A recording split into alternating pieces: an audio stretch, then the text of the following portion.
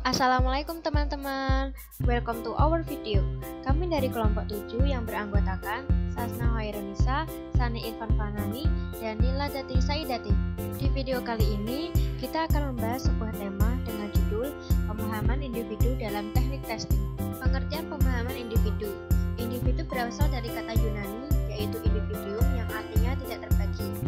Individu merupakan kesatuan yang terbatas, yaitu sebagai manusia perseorangan, bukan sebagai manusia keseluruhan. Maka dapat disimpulkan bahwa individu adalah manusia yang memiliki peranan khas atau spesifik dalam kepribadiannya.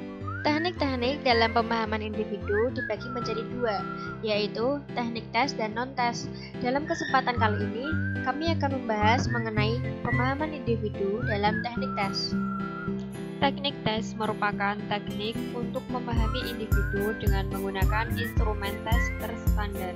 Yang pertama adalah tes kecerdasan.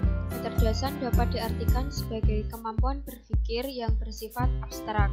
Dapat juga diartikan sebagai kemampuan individu untuk berperilaku yang jelas tujuannya, berpikir rasional, dan berhubungan dengan lingkungannya secara efektif.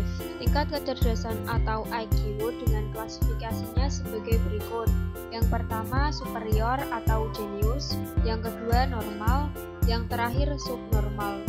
Yang kedua ialah tes bakat. Tes bakat adalah suatu tes yang mengukur kecerdasan potensial yang bersifat khusus murid.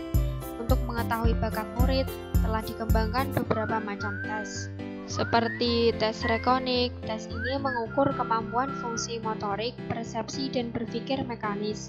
Tes bakat musik, tes bakat arti, tes bakat klerikal atau perkantoran, dan yang terakhir, tes bakat yang multifaktor. Yang selanjutnya, tes prestasi belajar. Tes prestasi belajar adalah suatu perangkat kegiatan atau alat yang dimaksudkan untuk mengukur ketercapaian tujuan pembelajaran yang telah dirancang sebelumnya dalam domain kognitif, efektif, dan psikomotor. Tes prestasi belajar ini disusun untuk mengukur hasil pembelajaran atau kemajuan belajar murid. Tes ini meliputi tes diagnostik, tes prestasi belajar kelompok yang baku, dan yang terakhir tes prestasi belajar yang disusun oleh para guru. Yang terakhir ialah tes kepribadian. Kepribadian yang paling luas dan paling dalam diteliti dan dipandang sebagai tes kepribadian terkemuka dan digunakan pada subjek-subjek.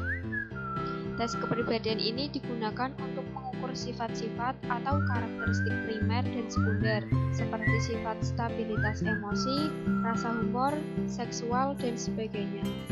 Nah, cukup sekian penjelasan dari kami. Makan nasi lauknya ikan, dikasih kerupuk rasanya gurih. Tak lupa kuucapkan beribu-ribu terima kasih. Wassalamualaikum warahmatullahi wabarakatuh.